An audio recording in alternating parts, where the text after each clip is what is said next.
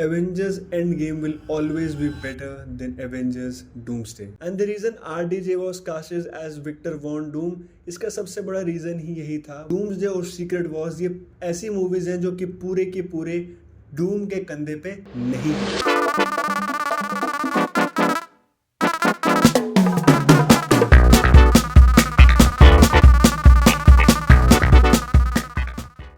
Hey guys, welcome to live camera reaction. और Avengers Doomsday undoubtedly history की आज तक की सबसे बड़ी मूवी होने वाली है। But Avengers end game will always be better than Avengers doomsday. आज हम बात करने वाले हैं क्यों डूम्सडे वैसे कभी नहीं होने वाली जैसे इन्फिनिटी वॉर थी, क्यों डूम्सडे कभी वैसे नहीं होने वाली जैसे एंड गेम थी, क्यों डूम्सडे के अंदर सारे कैरेक्टर्स वैसे कभी नहीं होने वाले जैसे पहले एवेंजर्स हमारे लिए हुआ करते थे। Reason number 1, setup. मार्वल आपको पता है कि अपनी मूवी सिर्फ फेजेस के अंदर निकालता है। तो फेज 1 से लेके फेज 3, जो फेज 1 शुरू हुआ था आयरन मैन से और खत्म हुआ था स्पाइडरमैन फार फ्रॉम होम पे, उस टाइम तक अगर आप देखोगे तो फेज 1 आयरन मैन से लेकर यानी starting with Avengers Guardians of the Galaxy volume 2, Avengers Age of Ultron, यहाँ से थानोस का सेटअप होना शुरू हो गया था। लिटरली 10 से 11 फिल्म रिलीज हो चुकी थी जब हमें थानोस के बारे में पता था कि थानोस इन्फिनिटी सागा का एक मेन विलन होने वाला है, जो हमें देखने को मिलेगा एवेंजर्स इन्फिनिटी वॉर के अंदर पहली बार एज अ मेन विलन। बाकी सारे टाइम हमने उसको पोस्ट क्रेडिट के अंदर देखा, हमने guardians of the Galaxy volume 2 के अंदर देखा, हमें ये पता लगा कि कहीं ना कहीं गमोरा उससे कनेक्टेड है, हमें बहुत चीज़ों के बारे में पता लगा। लेकिन थानोस को completely full fledge unleashed villain हमने इन्फिनिटी वॉर के अंदर ही देखा। And that is something that we were craving for from the last 10 years। हमें चाहिए था कि भाई थानोस आए, हम देखना चाहते थे कि भाई सारे एवेंजर्स अपने पावरफुल पीक पे जब होंगे तब वो थानोस जैसे विलन का सामना कैसे करेंगे। बिकॉज कॉमिक्स के अंदर Thanos is considered one of the greatest villains of Avengers. And ये बात सच है कि उसने एवेंजर्स को आज तक सबसे बढ़िया टक्कर दी थी। बट हम इस बात को भी डिनाई नहीं कर सकते कि डूम के लिए वैसा सेटअप हुआ ही नहीं। डूम को हम जानते तक नहीं थे तब तक जब तक आरडीजे के बारे में हमें ये नहीं पता लगा कि आरडीजे डूम को प्ले करने वाले हैं। जितने भी लोग मार्वल कॉमिक्स के बारे में जानते हैं, जिन्होंने मार्वल कॉमिक्स पढ़ी है, उनको पता है कि डॉक्टर डूम मल्टीवर्स सागा के अंदर एक बहुत इंपॉर्टेंट कैरेक्टर होता है। लेकिन आप ये डिनाई नहीं कर सकते कि ये मार्वल ने, केविन फाइगी ने डूम्सडे से पहले एवेंजर्स कैंग डायनेस्टी नाम की एक फिल्म अनाउंस करी थी, जिसके अंदर main villain Kang the conqueror होने वाला था, जो कि लोकी सीजन 1 जहां से मल्टीवर्स सागा शुरू हुआ था वहां से सेटअप होना शुरू हो गया था। Ant Man and the Quantumania के अंदर भी हमें काउंसिल ऑफ कैंग्स देखने को मिली थी। लोकी सीजन 1 के एंड में भी हमें हू ही रिमेन्स यानी कैंग देखने को मिला था। एंड वहां से कैंग का सेटअप होना शुरू हो गया था। बट उसके बाद you know the person who plays Kang the conqueror, उनके ऊपर काफ़ी ज़्यादा लीगल असॉल्ट या हरासमेंट के केसेस हुए, जिससे मार्वल ने इस कॉन्सेप्ट को ही डिविएट कर दिया। मार्वल ने बोला कि अब हम कैंग की तरफ ना जाकर डूम की तरफ जाएंगे। And the reason RDJ was casted as Victor Von Doom, इसका सबसे बड़ा रीज़न ही यही था, सेटअप। कि उनके पास सेटअप करने के लिए ज़्यादा मूवीज़ नहीं बची थी। कैंग द कॉन्करर को सेटअप करना शुरू किया था लोकी सीजन 1 से लेकर, लेकिन नाउ अब उनके पास ज़्यादा मूवीज़ नहीं थी, उनके पास ज़्यादा आइडियाज़ भी नहीं थे कि वो किस तरह से डूम को सेटअप कर सकते हैं। एंड देन आरडीजे केम इन। एक ऐसा इंसान चाहिए था जिसकी फेस वैल्यू ऑलरेडी एस्टेब्लिश्ड हो और उसकी फेस वैल्यू को, उसकी ब्रांड वैल्यू को हम यूज़ कर सके, जिससे हम हमारे विलन को और ज़्यादा पावरफुल दिखा सकें। Reason number 2 is antagonist.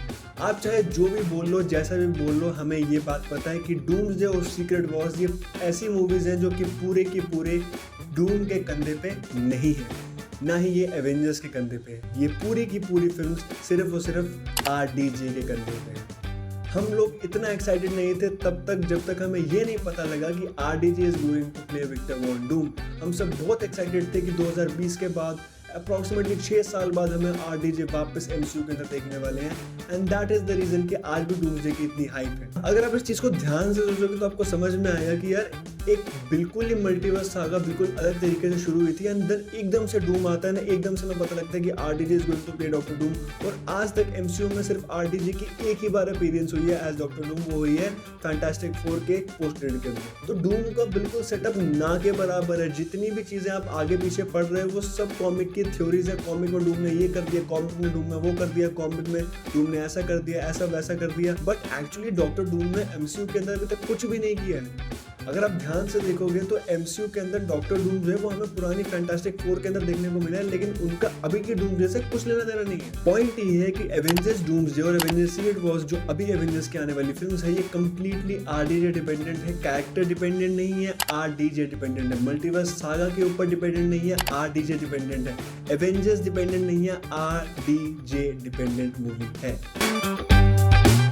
अगला रीजन ये है कि एवेंजर्स डूम्सडे और एवेंजर्स सीक्रेट वॉर्स के अंदर हमें बहुत ज्यादा कैरेक्टर्स देखने वाले हैं। हमें बहुत सारे कैरेक्टर्स के वेरिएंट्स देखने को मिलेंगे, हमें बहुत ज्यादा आर्मीज देखने को मिलेंगी, बहुत चीजें होने वाली है। But the problem is Avengers doomsday के अंदर और एवेंजर्स सीक्रेट वॉर्स के अंदर हमें वो सब हीरोज देखने को मिलेंगे जो बहुत कम लोगों ने पुराने टाइम में विटनेस किए। I am sure 50% of the audience जो ये वीडियो देख रही है उनमें से बहुत कम लोग ऐसे होंगे जिन्होंने एक्समेन की सारी सीरीज देखी होगी।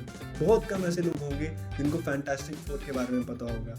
बहुत कम ऐसे लोग होंगे जिनको वेरिएंट्स अलग अलग स्पाइडरमैन के बारे में पता होगा। एक्समेन के बारे में बहुत कम लोग जानते हैं, वोल्वरिन के बारे में लोग जानते हैं, डेडपूल के बारे में जानते हैं, but cyclops, mistake, professor x, magneto, ये सब के बारे में कौन जानता है? बहुत कम लोग जानते हैं। एंड हमें ये फैक्ट सामने रखना पड़ेगा, ये फैक्ट हमें इसके बारे में बात करनी पड़ेगी कि एवेंजर्स डूम्सडे कभी भी वैसी नहीं हो पाएगी जैसे एवेंजर्स इन्फिनिटी वॉर थी। क्यों? क्योंकि इन्फिनिटी वॉर से पहले हमारे जितने भी एवेंजर्स थे उन सब की बहुत सारी सोलो फिल्म्स थी, जिससे हर एक कैरेक्टर का एक क्रेज हुआ करता था। थॉर रैग्नारोक के बाद थॉर की पॉपुलैरिटी बहुत ज़्यादा बढ़ गई थी। कैप्टन अमेरिका विंटर सोल्जर बहुत अच्छी मूवी थी। आयरन मैन की मूवीज़ की बहुत ज़्यादा हाइप थी।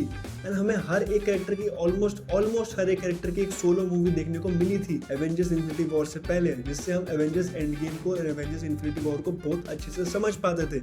एवेंजर्स एंड गेम में जब कैप्टन अमेरिका एवेंजर्स असेंबल बोलता है तो उसकी हाइप, उसका वेटेज हम समझते हैं। बट यहाँ पे हमारे पास सेटअप नहीं है, यहाँ पे हमारे पास कैरेक्टर्स है और उनकी ऑलरेडी एस्टेब्लिश्ड ब्रांड वैल्यू है, जिसके बेसिस पे हम डूम्सडे और सीक्रेट वॉर्स के अंदर खेलने वाले हैं। बट मैं चाहे जितनी भी बातें बोलूँ, जो भी चीज़ें आपके सामने रख के रख दूँ, एवेंजर्स डूम्सडे के लिए हम सब लोग बहुत एक्साइटेड होने वाले हैं। हम सब लोग बहुत ज़्यादा सेलिब्रेट करने वाले हैं उस मूवमेंट को जब एवेंजर्स डूम्सडे फाइनली हमें थिएटर में देखने को मिलेंगे। एंड इवेंचुअली सीक्रेट वॉर्स के साथ भी वही होने वाला है। प्रॉब्लम इज कि एवेंजर्स एंड गेम जब आई थी तो उसका बजट अराउंड $370 मिलियन के आसपास था और उसने बॉक्स ऑफिस अराउंड $3.7 बिलियन के आसपास कमाए थे।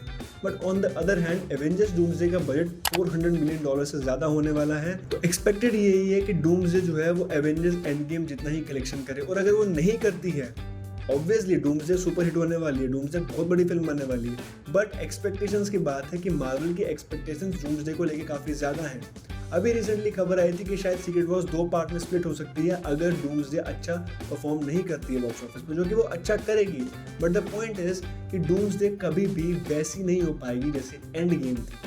एंड गेम की जैसी हाइप थी वैसी डूम्सडे की हाइप है, उससे भी ज़्यादा है। क्यों? क्योंकि आरडीजे आ रहा है वापस।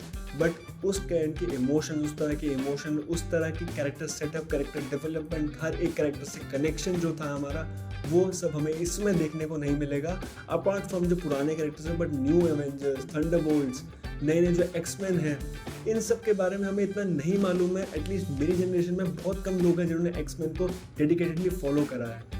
तो वो चीज़, हर एक कैरेक्टर से एक कनेक्शन फील होना, वो बहुत कम हमें देखने को मिला है मल्टीवर्सल सागा के अंदर। बट उसके बाद भी चाहे जो भी बोलो, I am really excited to watch Avengers Doomsday and then Secret Wars भी देखनी है। अभी ब्रांड न्यू डे भी आने वाली है, तो मैं जो भी बोलूँगा बस सेलिब्रेट करो इस मूवमेंट को, सेलिब्रेट करो, एंजॉय करो, सेलिब्रेट करो आरडीजे को, सेलिब्रेट करो एवेंजर्स को, सेलिब्रेट करो मार्वल सिनेमैटिक यूनिवर्स को। तब तक के लिए फिल्म्स देखो, मूवीज देखो, सिनेमा एंजॉय करो, सिनेमा सेलिब्रेट करो। Lights camera action, bye bye guys.